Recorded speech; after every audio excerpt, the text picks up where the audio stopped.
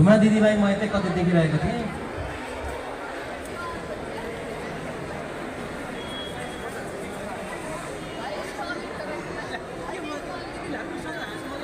हुन्छ म समय खेर नफालिकन अगाडि बढ्छु। झुमा दिदीलाई खबर पुर्याइदिनु होला यतै कतै हुनुहुन्छ उहाँ। त्यसै गरी आइलिन थापा र गङ्गा थापालाई म स्टेजमा निम्ताउन चाहन्छु।